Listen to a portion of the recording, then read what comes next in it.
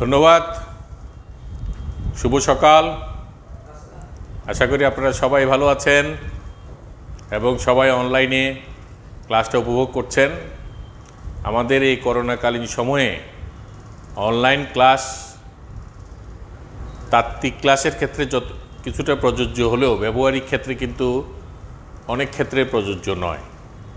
এই জন্য আপনাদেরকে সবসময় আমি বলছি যে বাড়ির কাজের খাতাটা তৈরি করে নিয়মিত অন্তত প্রতিদিন 1 ঘন্টা 1.5 ঘন্টা ড্রয়িং প্র্যাকটিস করার জন্য। কারণ আপনারা যেহেতু চারুকলা শিক্ষক হিসেবে বিভিন্ন প্রতিষ্ঠানে চাকরি করার আশা পোষণ করেন, আপনি নিজের স্কিলনেস, আপনি নিজের ভিতরে যদি সেই যোগ্যতা তৈরি না হয় তাহলে কিন্তু আপনি বাচ্চাদের সামনে লজ্জায় পড়ে যাবেন। আমাদের মধ্যে অনেকেই আমি দেখেছি বিভিন্ন আমাদের গ্রুপে কিছু ড্রয়িং দিয়েছেন। আমি যারা প্রাথমিক স্তরের কাজ দেখেছি তাদের ব্যাপারেই বলবো, তাদের প্রচুর পরিমাণে চর্চার কোনো বিকল্প। কারণ আমরা মনে করি যে সবাই এখানে প্রাথমিক, কে একটু ভালো আঁকছে, কে কাঠটা দেখতে বেশি ভালো হচ্ছে, আমারটা পারছি না কেন, এই ধরনের কোনো হীনমন্যতায় আপনারা ভুগবেন না। এটা একটা ব্যবহারিক ক্লাস কিভাবে করবেন তার একটা উদাহরণ দিলাম যে আপনারা ঠিকমতো করতে। যাই হোক, এখন আমাদের আজকের ক্লাসের বিষয় প্রাচীন ভারতীয় চিত্রকলা বা শিল্পকলার। আমরা আজকে মৌর্য সভ্যতা, আজকের বিষয় হচ্ছে প্রাচীন ভারতীয় সভ্যতার মৌর্য যুগ। মৌর্য যুগ আপনারা জানেন, মৌর্য যুগের সবচাইতে যে উল্লেখযোগ্য যুগটা হচ্ছে সম্রাট অশোক। সম্রাট অশোকের সময়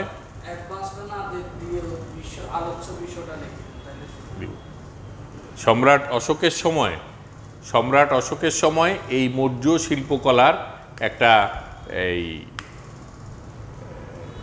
অনেক উন্নতি ঘটেছিল। এই জন্য প্রাচীন ভারতীয় শিল্পকলার ক্ষেত্রে মৌর্য যুগ একটা গুরুত্বপূর্ণ সময় হিসাবে বিবেচিত হয়। এটা তো আমাদের কোর্সের নাম। আজকের বিষয় হচ্ছে প্রাচীন ভারতীয় সভ্যতা মৌর্য যুগ বা প্রাচীন ভারতের শিল্পকলা মৌর্য যুগ। আজকের বিষয়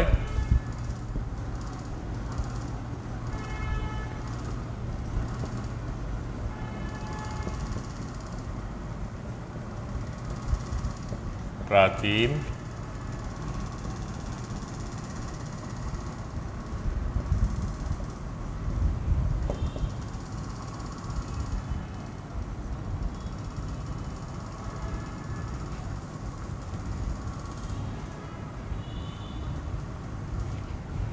শিল্পকলা। আমরা প্রাচীন ভারতীয় শিল্পকলা আমরা পড়ব মৌর্য যুগ আজকে।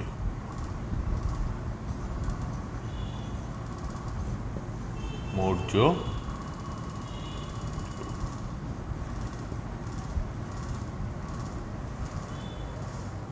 এটা হচ্ছে আমাদের এই সময়কালটা হচ্ছে মৌর্য যুগের সময়কালটা হচ্ছে আমরা যে মৌর্য সাম্রাজ্য প্রাচীন ভারতের লৌহ যুগের একটি বিস্তীর্ণ সাম্রাজ্য ছিল। সেই লোহার ব্যবহার শিখেছিল। ওই সময় মানুষ লোহা দিয়ে বিভিন্ন ধরনের অস্ত্র, বিভিন্ন ধরনের বাসন কোসন এগুলি বানাতে শিখেছিল। মৌর্য রাজবংশ দ্বারা শাসিত এই সাম্রাজ্য, এটাকে আমরা মৌর্য যুগ বলি। এটা 321 খ্রিস্টপূর্বাব্দ থেকে 185 খ্রিস্টপূর্বাব্দ পর্যন্ত টিকেছিল। তাহলে দেখা যাচ্ছে কত, এটা মাঝখানে প্রায় 200 বছরের একটু কম আর কি, 200 বছরের একটু কম। যেমন আমি যদি 321 থেকে 185 বিয়োগ দিই তাহলে কত হবে? 5, 6, 7, 8, 9, 10, 11, 5, 6, 7, 4, 6, এটা হচ্ছে 6, আর 9, 10, 11, 12, 13, 4, আর এটা হচ্ছে 1, প্রায় 146 বছর, প্রায় 150 বছর, প্রায় 150 বছর এটা টিকে ছিল। এটা এটা হচ্ছে 321 খ্রিস্টাব্দ থেকে 21 খ্রিস্টপূর্ব থেকে খ্রিস্টপূর্ব থেকে 150 বছর ধরি, 150 বছর প্রায়।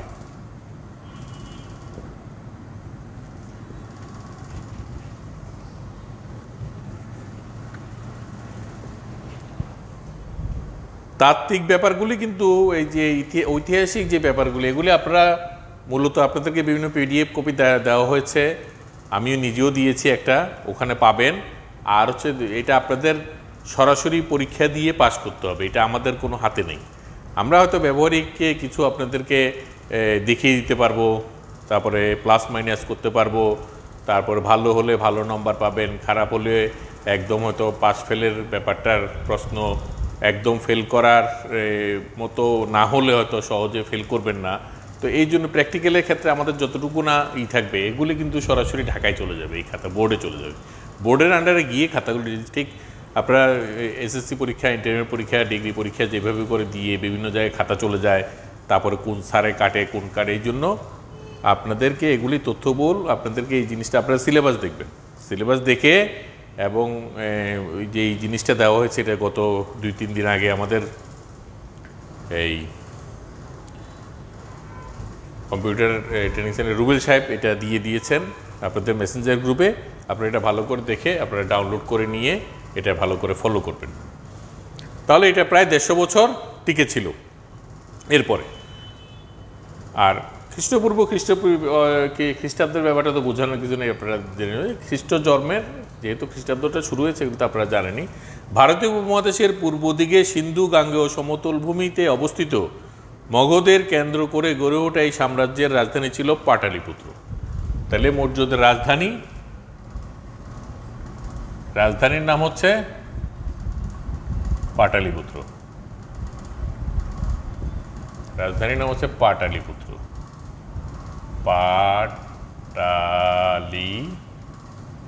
এটা খুব নাম করা এই সময়টার। ঐতিহাসিক যারা ইতিহাস পড়েছেন, আর্টসে পড়েছেন, তারা জানেন যে এই মানে এই পাটালিপুত্রটা কত, এখানে এখনও পর্যন্ত প্রাচীন ভারতীয় সভ্যতার এই নিদর্শনগুলি এখনও পর্যন্ত খুঁজে পাচ্ছে প্রত্নতাত্ত্বিক বিদরা। তাহলে আমাদের এই মগধের মানে সব সিন্ধু এবং গঙ্গা সমতল ভূমিতে অবস্থিত মগধেরকে কেন্দ্র করে এবং গড়ে ওঠা সাম্রাজ্য রাজধানী হচ্ছে পাটালিপুত্র, এই ছিল আমাদের অবস্থান। তারপরে মৌর্য যুগে অশোকের সময় থেকে ভারতীয় স্থাপত্য ভাস্কর্য নিদর্শন পরিলক্ষিত হয়। মূলত বললাম যে অশোকের সময়, এটা রাজা অশোক, সম্রাট অশোক, এটা সম্রাট অশোক। আগে আমি দেখেছি অনলাইনে ক্লাসগুলি আপনাদেরকে দেওয়ার পরে, তো আমি আবার দেখি অনেক সময় দেখলাম যে কিছু কিছু লেখাগুলি একটু ছোট ছোট কম বোঝা যায়, তো সেটা সমস্যা না, তবুও আমি একটু বড় করে লিখেছি। এটা লেখার কারণ হচ্ছে একটু যাতে বেশি করে বোঝা যায়, আর আপনারা এটা টুকে নেবেন। আর এটার উপর ভিত্তি করে আপনারা লিটারেচারটা, আমরা লেকচার ফলো করার কারণটা কি? লেকচার ফলো মানে তো লেকচার থেকেই সব কিছু শিখে নেওয়া যাবে না। লেকচার থেকে আপনি পয়েন্ট নেবেন, সেই পয়েন্টগুলি আপনি বিভিন্ন লাইব্রেরি স্টাডি করে বিভিন্ন অনলাইন, এখন তো বারবার একটা কথা বলছি, মানে তথ্য প্রযুক্তির অবাধ, আপনি যে কোনো জায়গায় বসে আপনি পড়াশোনা করতে পারেন, খালি আপনি কি পড়বেন এটা জানলেই হলো। সুতরাং সেই সম্পর্কে আপনার এই মানে কোনো নেই, আপনি যে পিডিএফ ডাউনলোড করে নিয়ে বই আকারে নিয়ে প্রিন্ট করে নিয়ে আপনাকে পড়তে হবে, আপনার ভালো মোবাইলের মধ্যে বসে বসে পড়তে পারেন। যাদের এই ফ্যাসিলিটিস নেই তারা অবশ্যই, যেহেতু পরীক্ষার আগের দিন, পরীক্ষার 2-1 দিন আগে হঠাৎ করে আপনি এটা পাচ্ছেন না সেটা পাচ্ছেন, এই জন্য যে আর আপনি সাধারণভাবে এটা যেহেতু একটা ডিগ্রি, এই ডিগ্রির উপর ভিত্তি করে আপনার কর্মজীবনের উপর নির্ভর করে আছে, তা আপনার তো এটার পেছনে কিছু বই খাতা কলম তো আপনাকে কিনতেই হবে, এটাকে তথাকথিত ট্রেনিং মনে করে কোনো লাভ নেই। এটা কিন্তু আজকে লকডাউনের কারণে হয়তো ক্লাসটা একটু কম হচ্ছে, ক্লাস তো আরও বেশি হবে। সামনে যখন সরাসরি ক্লাস, তখন কিন্তু আরও বেশি ক্লাস হবে, আপনাদেরকে উপস্থিত থাকতে হবে। হাজির এখনও আপনারা কে ক্লাস দেখছেন, কে দেখছেন না, কে বাড়ি, ওই যে আপনাদেরকে বললাম না, প্রতি মাসে বাড়ির কাজের এগুলো নিয়ে পরে আলাপ হবে, পরবর্তী ক্লাসে আলাপ হবে।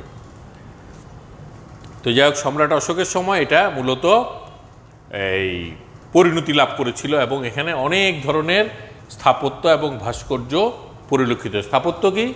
স্থাপত্য হচ্ছে যে ইমারত তৈরি করেছিল, সুন্দর সুন্দর ডিজাইনের দালান কোটা এগুলি তৈরি হয়েছিল। আর ভাস্কর্য বলতে কিছু সিম্বলিক, তখন তো আর একদম একদম শুধুমাত্র একটা মানুষের তৈরি ভাস্কর্য এভাবে হতো না। অশোকের সময় ভাস্কর্যটা ছিল মূলত হচ্ছে যে ভিত্তিক, স্তম্ভ ভিত্তিক, বিভিন্ন আকারের, গেট করতে গেছে দুই পাশে স্তম্ভ, কত ডিজাইন। এবং অশোক স্তম্ভ একটা নামও আছে। অশোকের সময় যে স্তম্ভটা, যে উপরে চারদিকে চারটা সিংহের মুখ দিয়ে নিচে ডিজাইন করা, একটা ফুলের উপরে বসা, এই অশোক স্তম্ভ হচ্ছে বিখ্যাত। যাই হোক, এই স্তম্ভ, এই যে অশোকের নির্মিত স্তম্ভগুলো বিশেষত সারনাথের স্তম্ভ উন্নত শিল্পশৈলী ও কারিগরি বিদ্যার নিদর্শন। সারনাথ বলে একটা জায়গা আছে, এখানে এই ভাস্কর্যের ক্ষেত্রস্থ স্তম্ভ, সারনাথের স্তম্ভ।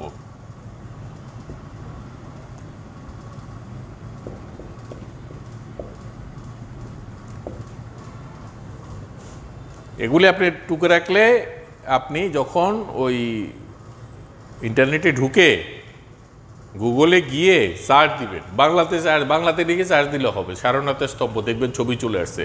আজকে আমি এগুলি হয়তো আপনারা, এগুলি তো আসলে যে কোনো একটা বিমূর্ত, আমি আপনাকে যে এখন বলছি এটা আপনার কাছে এখন বিমূর্ত।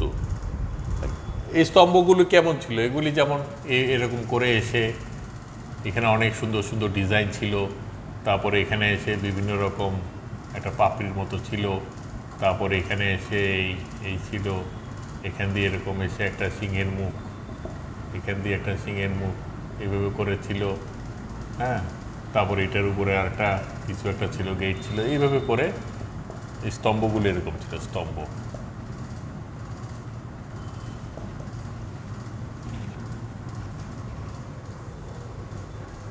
মানে পিলারগুলি খুবই ডিজাইন করা ছিল, সেটা হচ্ছে কারণ এখানে সরাসরি ভাস্কর্য এভাবে তৈরি হয় না, স্তম্ভগুলি হচ্ছে যে আসল।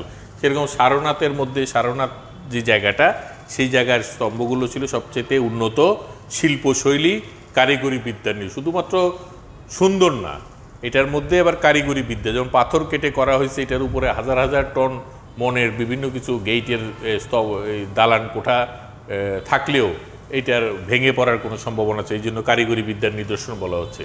অশোক সারা ভারতের স্তম্ভ প্রায় ৮৪,০০০টি মণ্ডপ, স্তম্ভ ও ৮৪,০০০টি মণ্ডপ নির্মাণ করেন। বিভিন্ন রকম মণ্ডপ, মানে যেমন মণ্ডপ বলতে আমরা কি বুঝাই, বিশাল এক ঘর চারদিকে খোলা, ওখানে বসে মানুষ গল্প গুজব করত, ওখানে বসে বিভিন্ন প্রোগ্রাম হতো, ওখানে বিভিন্ন সভা হতো, রাজসভা হতো, এরকম বিভিন্ন রকম মণ্ডপ নির্মাণ করেছিলেন।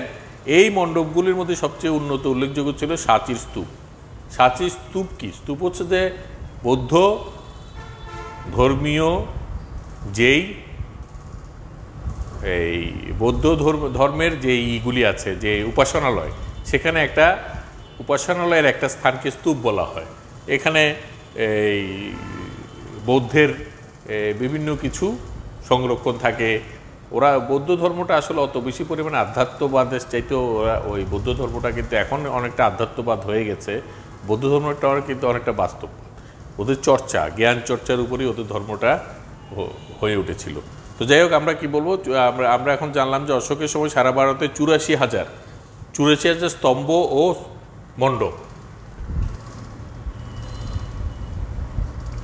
৮৪,০০০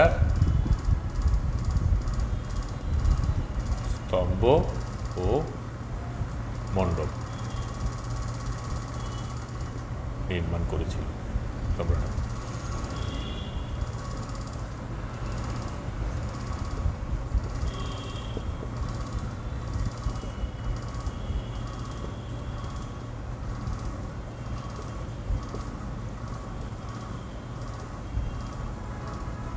সম্রাট অশোক। সারা ভারতে, মানে বিশেষ করে যেখানে ওই সারনাথের স্তম্ভ যে সমস্ত জায়গাতে এই তার সভ্যতাগুলি বিকাশ লাভ করেছিল। এই মণ্ডপগুলির মধ্যে সবচেয়ে উল্লেখযোগ্য ছিল সাঁচির স্তূপ। সাঁচির স্তূপ, সাঁচি,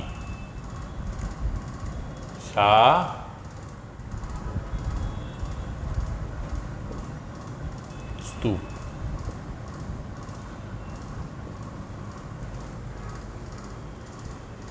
এই জিনিসগুলি গেল, আমি এগুলি মুছে ফেলছি, আপনারা আশা করি এটাই করে নিন, জায়গাটা কম এখানে।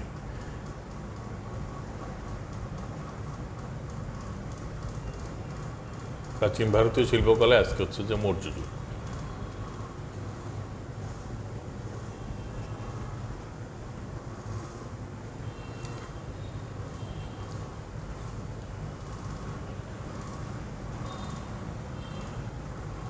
মৌর্য যুগ তাহলে আজকে থেকে কত বছর আগের? এখানে আমরা দেখছি 321 খ্রিস্টপূর্বাব্দতে। তাহলে আমরা আজকে হচ্ছে যে আমাদের 2000 সাল, 2020 সাল, এই 2020-এর সাথে 321 যোগ হবে। তাহলে প্রায় 500-600 বছর, প্রায় 600 বছর আগের এই মানে এখানে 2600 বছর আগের সভ্যতা এটা, এই মৌর্য যুগের সভ্যতা। আজ থেকে প্রায় 2000, যেহেতু 2000 খ্রিস্টাব্দ 2000 আর হচ্ছে 2020 সাল, তাহলে এখানে হচ্ছে যে 20-এর সাথে 40, 340, তাহলে প্রায় 350, 350, তাহলে হবে 2350 আগের সভ্যতা, 2350 বছর আগের প্রায়। সব এই সমস্ত ক্ষেত্রে প্রায় লেখা ভালো, কারণ আগের সভ্যতা।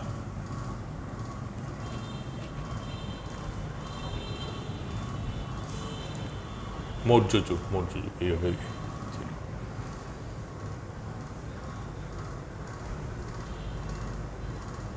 এরপর আসেন উত্তর ভারতের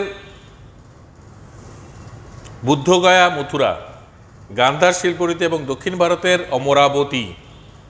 ও এগুলি অনেক কিছুই আপনারা এই জিনিসগুলি ওই পড়ে জেনে নিতে হবে। নাগার্জুন কাণ্ড শিল্পরীতি বিশ্বজয়ী, তাহলে এই কোন শিল্পগুলি রীতিটা কেমন? যেমন ভারাহুত বা বুদ্ধগয়া বা মথুরা, গান্ধার রীতি, এগুলি আসলে ছবি দেখে দেখে দেখে দেখে পড়লে আপনারা যখন টেক্সটটা পড়বেন এগুলি খেয়াল করবেন যে উত্তর ভারতে বিশেষ করে বুদ্ধগয়া, মথুরা, গান্ধার রীতি, আর দক্ষিণ ভারতের অমরাবতী। তাহলে উত্তর ভারতে হচ্ছে উত্তরে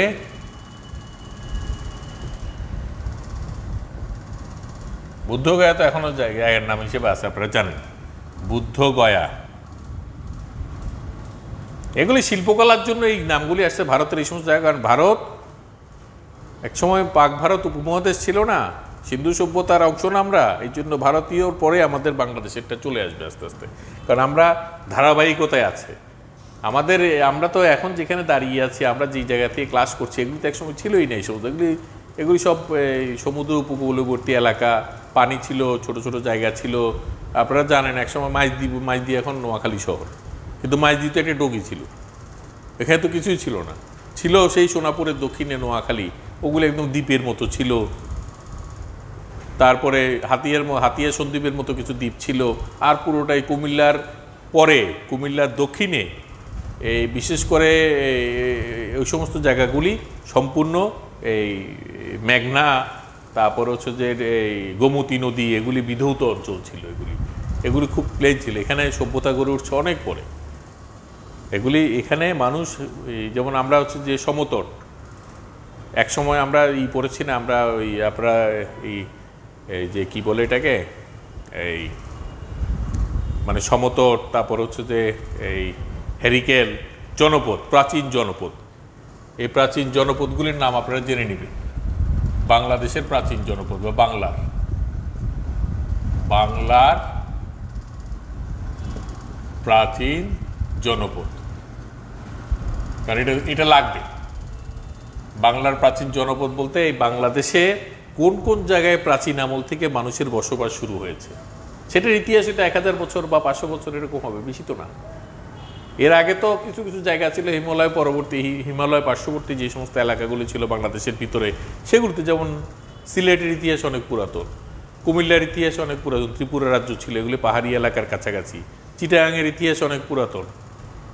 তারপরে এই ধরনের গলি, তারপরে সেই বরেন্দ্রভূমি, রাজশাহী দিনাজপুরের যে সমস্ত জায়গা, এগুলো অনেক হাজার বছর আগের এই পলিমাটি জমে জমে তৈরি হওয়া জায়গা। তো যাই হোক, উত্তর ভারতের বুদ্ধগয়া, মথুরা, গান্ধার, বুদ্ধগয়া, মথুরা, গান্ধার, এগুলি হচ্ছে উত্তর ভারতে। আর দক্ষিণে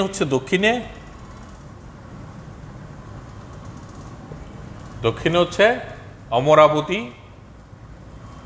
এগুলি এখনো পাওয়া যায়, মানে জায়গাগুলির নাম এখনো আছে। অমরাবতী, এইগুলি শিল্পরীতি উল্লেখযোগ্য। ওইখানে এই সমস্ত জায়গায় শিল্পরীতিগুলি ওখানে ঘুরে। এগুলির মধ্যে তক্ষশিলা, আফগানিস্তান ও উত্তর পশ্চিম সীমান্তবর্তী অঞ্চলে গড়ে ওঠা গান্ধার। তাহলে এটা কোথায়? এই গান্ধারটা কোন জায়গায় দেখেন? আফগানিস্তান। এখন আমরা বুঝতে পারতেছি জায়গাটা কোথায়। উত্তর পশ্চিম আফগানিস্তান ও উত্তর পশ্চিম সীমান্তবর্তী অঞ্চলে গড়ে ওঠা গান্ধার শিল্প শৈল্পিক সমালোচনার বিশেষ আকর্ষণ ছিল। মানে সমালোচকরা দেখেছে যে ওই জায়গায় যে গড়ে ওঠা শিল্পরীতিগুলি, এটা অনেক আকর্ষণীয় ছিল।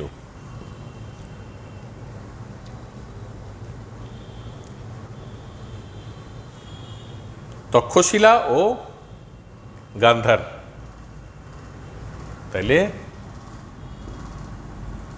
তক্ষশিলা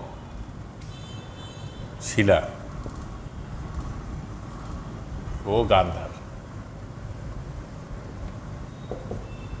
তক্ষশিলা ও গান্ধার, এগুলি উল্লেখযোগ্য। এই দুটিয়া, এগুলোর মধ্যে তক্ষশিলা ও গান্ধার উল্লেখযোগ্য সমালোচনা, এবং যারা এই সমস্ত জিনিস নৃতাত্ত্বিক বিশ্লেষণ করে তাদের দৃষ্টি ওইটার মধ্যে ছিল। তক্ষশিলা ও গান্ধার উল্লেখযোগ্য।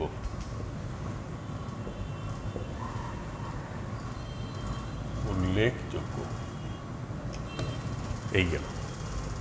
তারপর আসেন গান্ধার শিল্পরীতির নিদর্শন হিসেবে যে সব বৌদ্ধমূর্তি পাওয়া গেছে তাদের দৈহিক গঠন একেবারে নিখুঁত। এখানে গ্রিক রোমান শিল্পরীতির প্রভাব সুস্পষ্ট পরিলক্ষিত হয়, কিন্তু তার আদর্শ সত্তা ছিল পুরোপুরি ভারতীয়। মানে এই ভারতীয় যে শিল্পরীতি, এটার মধ্যে একটা সিম্পলিসিটি আছে। আপনারা গ্রিক ভাস্কর্য বা গ্রিক শিল্প রীতি, এই যে এখন যে এখানে বলছে, আমরা যে বলছি যে গান্ধার শিল্পের নিদর্শন হিসেবে যে সমস্ত বৌদ্ধ মূর্তি, মানে বুদ্ধের মূর্তিগুলি পাওয়া গিয়েছে, তাদের দৈহিক গঠন ছিল খুবই নিখুঁত, মানে খুব পুঙ্খানুপুঙ্খভাবে রিয়েলিস্টিক করে আঁকা, রিয়েলিস্টিক করে বানানো। এখানে গ্রিক শিল্পরীতির প্রভাব সুস্পষ্ট পড়ে। গ্রিক ভাস্কর্য, গ্রিক শিল্পরীতিতে তখন রিয়েলিজম চলছে, আজকে থেকে প্রায় এই ৩-৪ হাজার বছর আগের। এই সময় এগুলি আপনারা অনলাইনে ঢুকে একটু দেখে নেবেন। ওখানে এই জন্য বলতে, তাহলে আপনি যদি গ্রিক শিল্পরীতির মতো বলছে, তাহলে গ্রিক শিল্প যদি আপনি না দেখেন, এটা তো বুঝবেন না। ওই খুবই মানে এই রিয়েলিস্টিক করে আঁকা, খুবই নিখুঁত করে আঁকা। কিন্তু এটার মধ্যে ভারতীয় যে ভাবধারা, যে সিম্পল, এগুলি আসলে বলে ফেললে এগুলি আপনারা শুধু এই জিনিসটা মনে রাখেন যে যত নিখুঁতই হোক, ওই কাজটা কিন্তু গ্রিকের মতো হয়নি, ওই কাজটা গ্রিকের মতো হয়নি, ওটা ভারতীয়ই হয়েছে। মানে যেখান থেকে নেওয়া হোক, এই ভারতীয় বাংলার এই সমস্ত জায়গার একটা শিল্পরীতি আছে। এখানে যেমন নকশিকাঁথা আছে, এখানে দেয়াল চিত্র আছে, সে অজন্তা ইলোরা গুহাচিত্রের দেয়াল চিত্র পাওয়া গেছে। তারপরে গাজীর পটে আঁকার যে নিয়ম, লক্ষ্মীসরাই, এগুলি যে গ্রামীণ জনপদে যেভাবে এগুলি গড়ে উঠেছে, যে এই ধরনের একটা যে সহজ সরলভাবে প্রকাশ করার, খুবই নিখুঁত, কিন্তু আবার অত পরিমাণে, যেমন গ্রিকরা যেরকম একটা মানুষ বানিয়েছে, একটা মানবিক দেবতা একটা ভাস্কর্য করেছে, মনে হচ্ছে সত্যিকারের একজন মানুষ দাঁড়িয়েছে। কিন্তু ভারতীয় শিল্পরীতির জিনিসগুলি কিন্তু এরকম ছিল না। ওরা নিখুঁত কাজ করেছে, কিন্তু সেটা বোঝা যাচ্ছে একটা স্ট্যাচু। আপনারা যদি ইসে যান, এই ঢাকা আমাদের জাতীয় জাদুঘরে যান, আবার ওখানে যে সমস্ত কোষ্ঠী পাথরের মূর্তিগুলি আছে দেখবেন, অত নিখুঁত করে ডিজাইন করা, কত নিখুঁত, কিন্তু ওটা বাস্তবিক মানুষের মতো নয়। এগুলি হিন্দুরা যে পূজা করার জন্য দেবদেবীর মূর্তি বানায়, এগুলি কি বাস্তবিক? এগুলি ডিজাইন আছে, সৌন্দর্য আছে, কত সুন্দর করা যায়, শিল্পীরা চেষ্টা করে, কিন্তু এটার মধ্যে একটা সিম্পলিসিটি আছে, এটার মধ্যে একটা মানে বাস্তব যে মানুষ বা এরকম করে কিন্তু করা হচ্ছে না। বাস্তবিক পশ্চিমা বিশ্বে যেরকম বানিয়েছে একদম অ্যাকুরেট করে, যে মানুষটাকে মানুষের মতো হইতে হবে, মেয়েটাকে মেয়ের মতো হইতে হবে, সেটা রিয়েলিজমের প্রভাব আছে একটা। সেটা পরবর্তী সময় শিল্পকলার ইতিহাসে যে ওই আমরা রিয়েলিজম, তারপরে কিউবিজম, এগুলি পরে যখন আমরা পেন্টিংয়ে আসবো, এগুলির পেন্টিংয়ের মধ্যে কিছু ধারাবাহিকতা আছে, এগুলি আমরা পরে আসবো ওখানে। তো রিয়েলিস্টিক হলেও ভারতীয় শিল্পীর রীতির একটা প্রভাব আছে। মানে এখানে বলা যাচ্ছে যে বাস্তববাদী, যে গান্ধার শিল্পরীতির নিদর্শন বাস্তববাদী হলেও এই মানে দৈহিক নিখুঁত এবং গ্রিক রোমানের মতো গান্ধার শিল্পরীতি, গান্ধার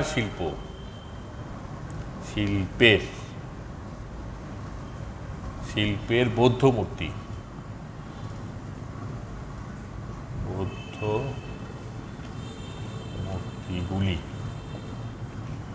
মূর্তিগুলি গ্রিক রোমানের মতো বাস্তববাদী হলেও গ্রিক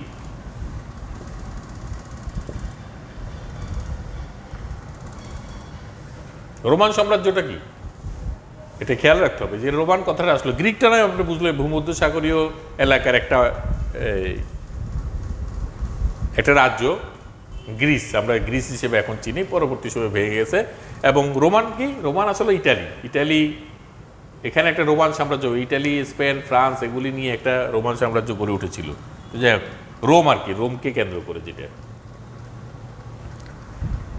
গ্রিক রোমান শিল্পের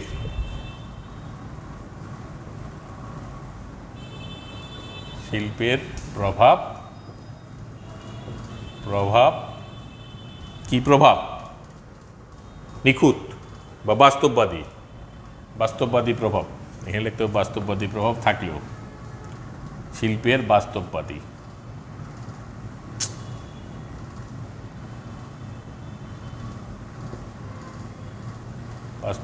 প্রভাব, এই বাস্তববাদী প্রভাব আছে, কিন্তু এটা ভারতীয়, শিল্পরীতি, এখানে বলছে গ্রিক রোমান সুস্পষ্ট প্রভাব প্রভাবিত, কিন্তু তার আদর্শ সত্তা ছিল পুরোপুরি ভারতীয়, কিন্তু আদর্শ ও সত্তা ছিল ভারতীয়, মানে ভারতীয় চিন্তা চেতনার ভিত্তিতে তৈরি করা, আর কিছুটা ওই সিম্পলিসিটি বললাম না, এটাও ছিল।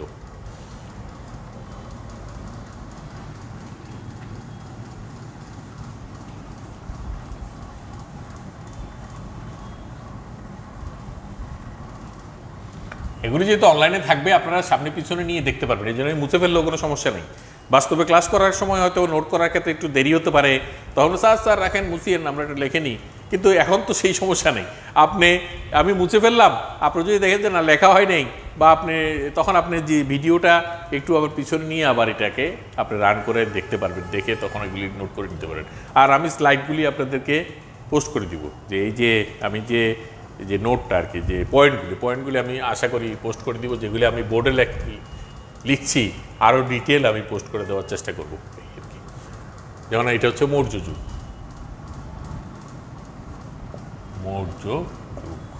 এটা মনে রাখতে হবে।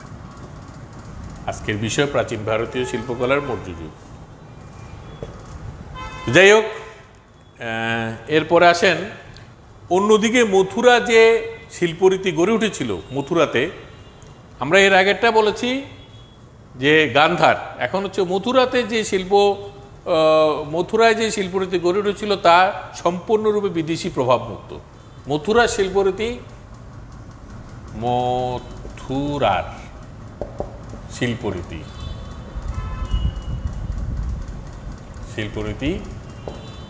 প্রভাব মুক্ত। বিদেশি, ওই যে এখানে যে বললাম রোমান এবং গ্রিক, সেই প্রভাবমুক্ত ছিল মথুরা শিল্পটি। প্রভাব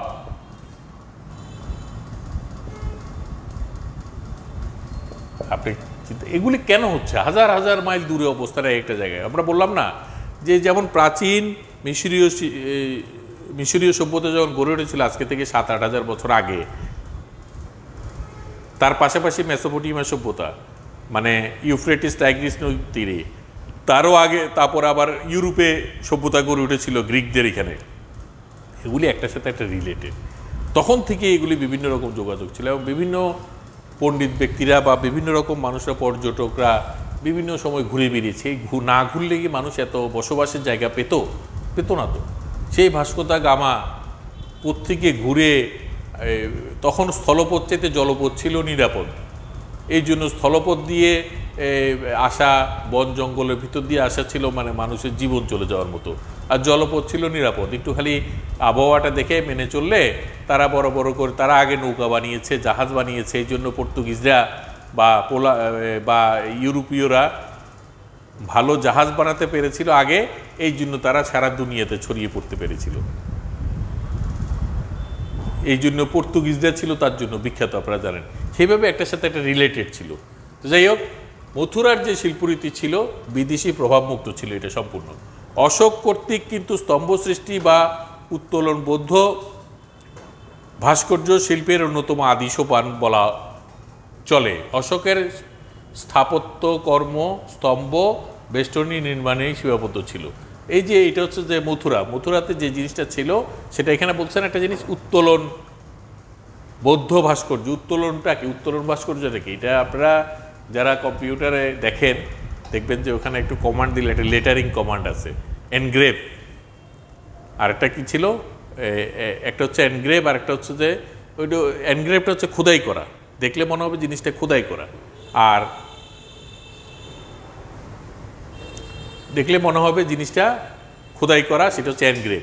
আরেকটা হচ্ছে যে উপরিকাঠামো, আরেকটা হচ্ছে যে উপরে। যেমন উত্তোলনটা কি, যেমন একটা এরকম একটা পাথরের প্লেট, একটা এরকম পাথরের প্লেট, এটাকে এরকম করে একটু বর্ডার করা হয়েছে এই জায়গায়,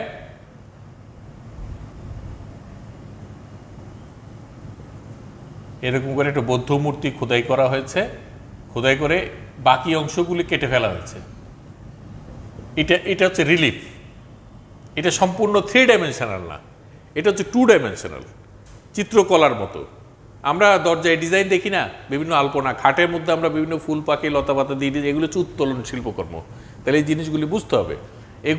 এগুলি সম্রাট অশোকের সময় এইটা উন্নতি লাভ করেছিল, সম্রাট অশোকের সময়, এবং সেটা ছিল সম্পূর্ণ বিদেশি প্রভাবমুক্ত। এটাকে আমরা বলি, ইংরেজিতে বলে রিলিফ ওয়ার্ক। উত্তোলন শিল্পকর্ম, এটাকে ইংরেজিতে বলা হয় রিলিফ ওয়ার্ক। এটা বিদেশি প্রভাবমুক্ত এবং সম্রাট অশোকের সময়, পুরোটাই সম্রাট অশোকের সময় নিয়ে আলাপ হচ্ছে, কিন্তু ওগুলি বিদেশি প্রভাবমুক্ত। অশোকের শিল্প স্থাপত্য স্তম্ভ বেষ্টনী নির্মাণ সীমাবদ্ধ ছিল। তারা, আমি তো সেটা আগেই বলেছি যে অশোক শিল্পকর্ম, স্তম্ভ এবং বেষ্টনী, যে ওই যে ঘেরা দেওয়া জায়গা, এই সমস্ত মানে দেয়াল, প্রাচীর, এগুলি হচ্ছে নির্মাণের মধ্যেই তার শিল্পকর্মগুলি, স্থাপত্যকর্মগুলি সীমাবদ্ধ ছিল।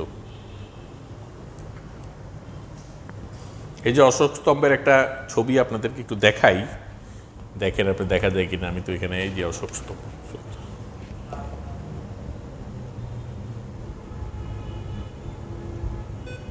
যতটুকু দেখা যায় একবার, এটা আসলে ভবিষ্যতে আপনারা অনলাইনে সার্চ করলে দেখতে পাবেন। বড় দেখা যাচ্ছে, বড় দেখা যাচ্ছে, বড়, হ্যাঁ। এটা হচ্ছে অশোক স্তম্ভ। এরকম হাজার হাজার, শত শত স্তম্ভ পাওয়া গেছে। আমি বললাম না, নিচে একটু ডিজাইন, আর নিচের দিকে পিলার আছে, ওইটা আমি আর করি নাই। এই উপরের দিকে সিংহের মূর্তি দেওয়া, এগুলি দেখছেন ওই শ্রীলঙ্কানরা ব্যবহার করে। শ্রীলঙ্কার জাতীয় প্রতীক হিসেবে কিন্তু এই অশোক স্তম্ভটা ব্যবহার করে।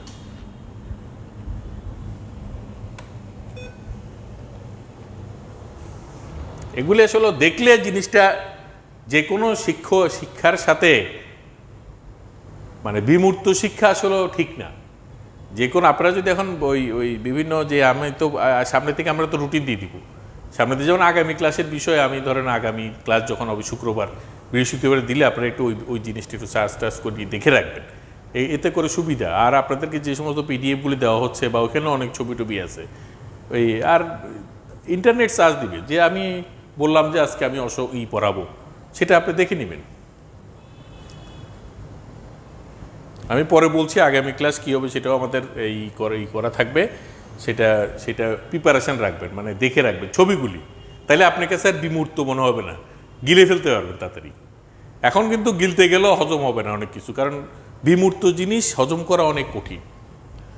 অশোকের স্তম্ভ নির্মাণ সুন্দর পরিকল্পনা। অশোকের স্তম্ভগুলো নির্মাণের এক সুন্দর পরিকল্পনা লক্ষণীয়। অশোক স্তম্ভগুলোকে প্রধানত 4টি স্তরে অংশে বিভক্ত করা যেতে পারে। সেগুলোর মধ্যে স্তম্ভ শীর্ষ, ক্যাপিটাল, মানে একটা স্তম্ভকে, যেখানে বলছে স্তম্ভ পুরোটা একটা শিল্পকর্ম, স্তম্ভ শীর্ষ, এখানে যে সিংহের মাথাটাতে দেখলেন এটা একটা, তারপর হচ্ছে যে ক্যাপিটাল হচ্ছে যে এই অংশটা যেটা ফুল টুল দিয়ে দেখা, আর শীর্ষ বেষ্টনী, তার মধ্যে ওই জিনিসটা, এবং অ্যাবাকাস বা শীর্ষচূড়া, এই জিনিসগুলি উপরের দিকে যে ওইটা বসে আছে শীর্ষচূড়া, এই জিনিসগুলি বিভিন্নভাবে ভাগ করা হয়েছে। যাই হোক, স্তম্ভ শীর্ষ বা ক্যাপিটাল বা প্রস্ফুটিত পদ্মের উপরে স্তম্ভ শীর্ষটা কীরকম? প্রস্ফুটিত পদ্ম ফুলের উপর এটার আকৃতি, শীর্ষে তাম্রকালীন সাহায্য স্তম্ভের সাথে যুক্ত, এবং স্তম্ভের উচ্চতা ও পরিধির সঙ্গে শীর্ষের আনুপাতিক পরিমাপ লক্ষণীয়। এই বললো না যে শুধুমাত্র সৌন্দর্যের ক্ষেত্রে না, এটার মধ্যে যে একটা মানে কি বলবো, ওই ইঞ্জিনিয়ারিং দিক আছে, একটা মানে আর্কিটেকচারাল যে দিক আছে, সেটাও কিন্তু খুব লক্ষণীয়।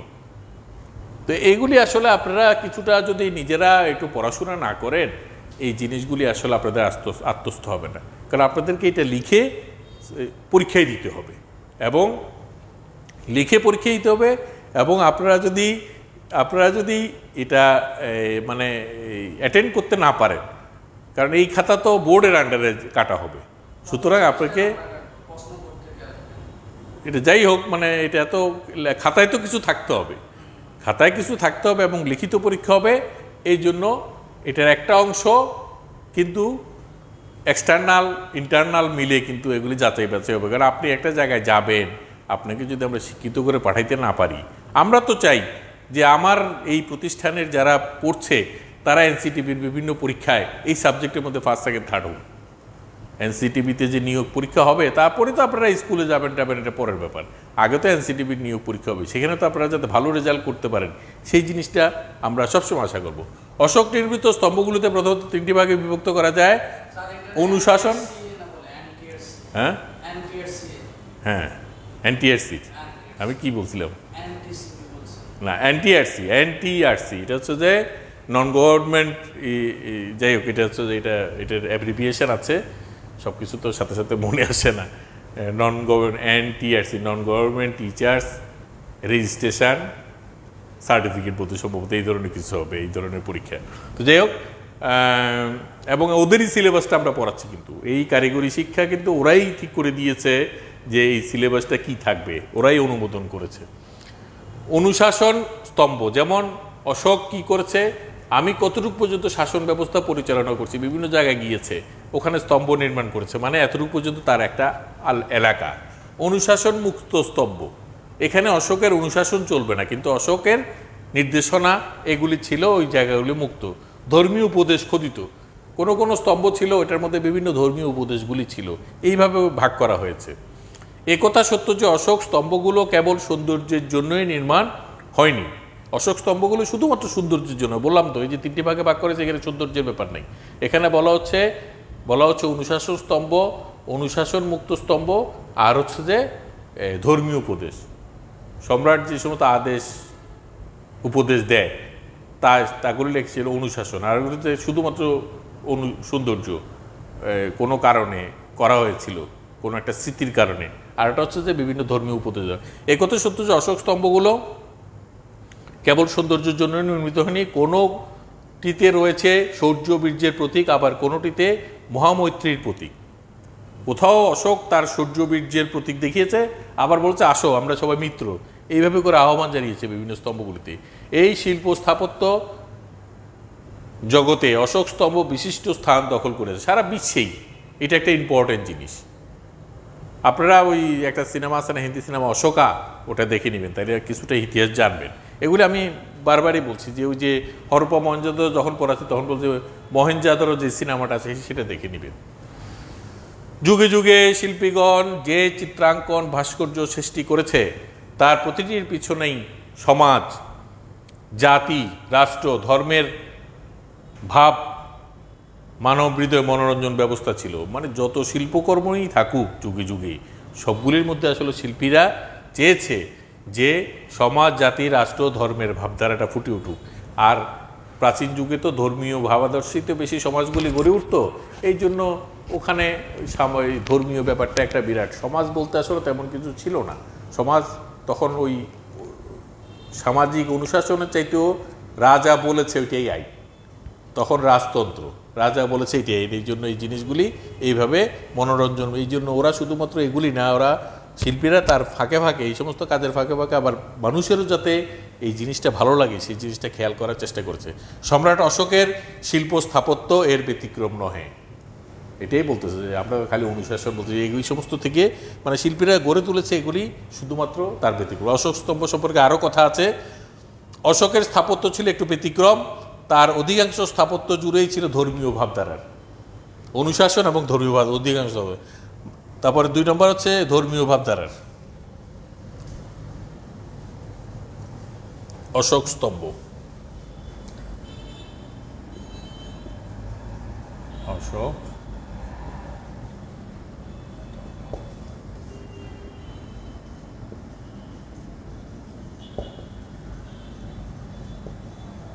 ধর্মীয় ভাবধারা। 2 নম্বর হচ্ছে মানুষকে ধর্মে উদ্বুদ্ধ করার জন্য চিত্রকলা, ধর্মকে জানিয়ে দেয়ার রূপক শৈল্পিক ব্যবহার, সর্বোপরি পর্বতগাত্রে লিখিত অনুশাসন, যুগে যুগে কত যুগে মানুষ সৃষ্টি করেছে তার ইয়ত্তা নেই। তাহলে মানুষের এই জিনিসগুলি ছিল যে শিল্পকলার পাশাপাশি, এবং এটার মধ্যে ছিল মানুষকে উদ্বুদ্ধ করার পাশাপাশি চিত্রকলা, উদ্বুদ্ধ করার চিত্রকলা, মানুষকে উদ্বুদ্ধ করার জন্য ধর্মীয় ভাবধারা, মানুষকে উদ্বুদ্ধ, মানুষকে উদ্বুদ্ধ। 3 নম্বর হচ্ছে এই জাস্ট পয়েন্ট, এগুলি আপনাদেরকে ওই স্লাইডগুলি আমি আবার অনলাইনে দিয়ে দিব, অনলাইনে যখন দিব তখন আপনারা আরও ভালোভাবে ডিটেল হয়ে যাবে। অতএব বলা যায় মৌর্য শিল্পকলার ইতিহাসে তথা স্তম্ভ স্থাপত্যের ইতিহাসে অশোক স্তম্ভ স্থান সর্বর্ধে, মানে সবার উপরে, এভাবে করে বলা হচ্ছে আর কি। এটা আসলে ঠিক, অশোক স্তম্ভের অনেক উদাহরণগুলি আছে, এখানে আছে কিছুই। তো যাই হোক, আগামী ক্লাসে আমরা আবার এই এই প্রাচীন ভারতীয় চিত্রকলার মধ্যে অন্য একটা যুগ ই করার চেষ্টা করব, সেটা আমি সামনের ক্লাসে যখন নিব তখন বলে দিব। আগামী ক্লাসে বা প্রাচীন ভারতীয় চিত্রকলার কোন অংশটা পড়াবো। তো আপনারা বিশেষ করে প্রাচীন ভারতীয় শিল্পকলায় মৌর্য যুগ একটা উল্লেখযোগ্য স্থান দখল করে আছে। আমাদের এখানে অনেক সময় আছে, অনেক যুগ আছে, পাল, এন তেন বিভিন্ন রকম অনেক যুগ আছে, যেগুলি আসলে মানে আমি তো এক সময় এই লিস্টগুলি দিয়ে দিব, বা আপনাদেরকে যে পিডিএফ দিয়েছি ওখানে আপনারা দেখেছেন বিভিন্ন সভ্যতাগুলি আছে, বিভিন্ন রাজাদের সময় আছে, হ্যাঁ, যারা ইতিহাস পড়েছেন তারা দেখেছেন এই বিভিন্ন সময়। যেমন আমাদের স্বাধীনতা পরবর্তী সময়ে শিল্প সংস্কৃতিতে স্বাধীনতা যুদ্ধের একটা প্রভাব ছিল। এটা এটা এটা একটা এই ধরনের বিভিন্ন সমসাময়িক ঘটনা থেকে কেউ উতরে যেতে পারে না। সেরকম ভারতীয় শিল্পকলার ইতিহাসেও কখন কোন রাজা ছিল তাদের একটা প্রভাব ছিল। তার মধ্যে উল্লেখযোগ্য হচ্ছে মৌর্য সভ্যতা, এটা আপনারা খেয়াল রাখবেন। মৌর্য সভ্যতার প্রভাব পরবর্তী সময়ে প্রতিটা শিল্পরীতির মধ্যে পড়েছিল। আর আপনারা এগুলি বললাম না যে সুশিক্ষিত লোক মাত্রই স্বশিক্ষিত, এটা তো আপনারা যখন শিক্ষক হবেন তো ছাত্রদেরকেও বলতে হবেন। আমার কাজ তো আমি ওয়ে দেখিয়ে দিচ্ছি, আমি তো আপনাদেরকে শিক্ষিত করে তুলতে পারবো না। সুতরাং আপনারা নিজেদেরকে চেষ্টা করতেই হবে, এবং আপনারা তাত্ত্বিকভাবে নিজেদেরকে যদি সমৃদ্ধ করতে পারেন, আর পাশাপাশি ব্যবহারিক তো আপনাদেরকে এটা তো আপনাদের করতেই হবে। এখন ক্লাসে গিয়ে অ্যাটেন্ড করবেন, একটা বাচ্চা বললো স্যার আমাকে ওইটা এঁকে দেখান, ওইটা এঁকে দেখান, ওইটা না পারলে তো লজ্জার ব্যাপার। সুতরাং আর ওরা তো কঠিন কিছু বলবে না, হয়তো বলবে একটা আম এঁকে দেখান, আপনি আম এঁকে দেখাইতে পারলেন না, আপনি কাঁঠাল এঁকে দেখাইতে পারলেন না, এই জন্য আপনি কাঁঠাল, আম এগুলি আদর্শ ছবি দেখে প্র্যাকটিস করবেন না। যখন যেটা বাজারে আছে বিভিন্ন শাকসবজি এগুলি বিভিন্ন রকম যে চেঞ্জগুলি এগুলি আমি বলেছি ব্যবহারিক ক্লাসে এগুলি নিয়ে আলাপ হবে সামনে। তো ধন্যবাদ। আগামী ক্লাসের একটা প্রশ্ন ছিল স্যার, বাংলার প্রাচীন জনপদগুলো কি কি? বাংলার প্রাচীন জনপদগুলো কি কি? বাংলার জনপদ বলতে আমি তো এটা নিয়ে আলাপ করেছি। আমি তো বলেছি বাংলার প্রাচীন জনপদের মধ্যে যেমন আছে সমতট প্রাচীন জনপদ, এটা আমি বলেছি প্রাচীন জনপদ। এটা একটুখানি আসছিল কথা, আমি তো বলছি যেখানে লিখে দিছি, এখানে আমি লিখে দিয়েছি যে প্রাচীন জনপদগুলি কি আমরা জানি সমতট। আমরা হচ্ছে সমতট এলাকার মানুষ। সমতট মানে বোঝাই যাচ্ছে যে যেখানে এই জোয়ার ভাটার ফলে চর পরে আস্তে আস্তে করে মানুষের বসবাস শুরু। জনপদটা কি প্রাচীনকাল থেকে মানুষের বসবাস শুরু। এখন যেরকম এই গ্রাম সেই গ্রাম মানুষ, আপনি ঢাকা চিটাগাং হয়ে যখন যাবেন, আমরা যখন ছোটোবেলায় চিটাগাং থেকে নোয়াখালী আসতাম বা ট্রেনে করে নোয়াখালী আসতাম, যুদ্ধের আগের কথা বলতেছি, তখন আমরা দেখতাম মাইলকে মাইল কোনো গ্রাম দেখা যাচ্ছে না, খালি রেল লাইন, অনেক দূরে দূরে গ্রাম দেখা যাচ্ছে। আর এখন তো রাস্তাঘাটে রেল লাইনের পাশে সব জায়গাতেই মানুষ। সুতরাং এই জন্য প্রাচীনকালে এরকমও ছিল যে একটা এলাকায় মানুষ বসবাস করছে, তার 500-1000 কিলোমিটার দূরে আরেকটা দলবদ্ধভাবে বসবাস করছে। এগুলি ছিল জনপদ। যেমন সমতট এখন আমার যেগুলি মনে আছে। তারপর হচ্ছে যে 2 নম্বরের মধ্যে হরিকেল একটা আছে, হরিকেল একটা আছে। এগুলি তাৎক্ষণিকভাবে একটু প্রিপারেশন নিয়ে বললে আরও ভালো হবে। এগুলি পরে পরে বলবো, কোনো সময় আসবে। আর একজন যেহেতু আলাপ করেছেন এটা আমি প্রয়োজনে তার ইসের সাথে, সে যেহেতু গ্রুপে প্রশ্ন করেছে, নিশ্চয়ই এটা কি গ্রুপে প্রশ্ন করেছে না ক্লাসের নিচে? হ্যাঁ, তো গ্রুপে এটা আমরা অ্যাটেন্ড করবো, অসুবিধা নেই। হরিকেল আছে, হরিকেলটা কোনটা? ওই যে আমাদের পাহাড়ি এলাকায় নিয়ে গিয়ে যে সমস্ত চট্টগ্রাম এই সমস্ত জায়গায় সম্ভবত হরিকেল।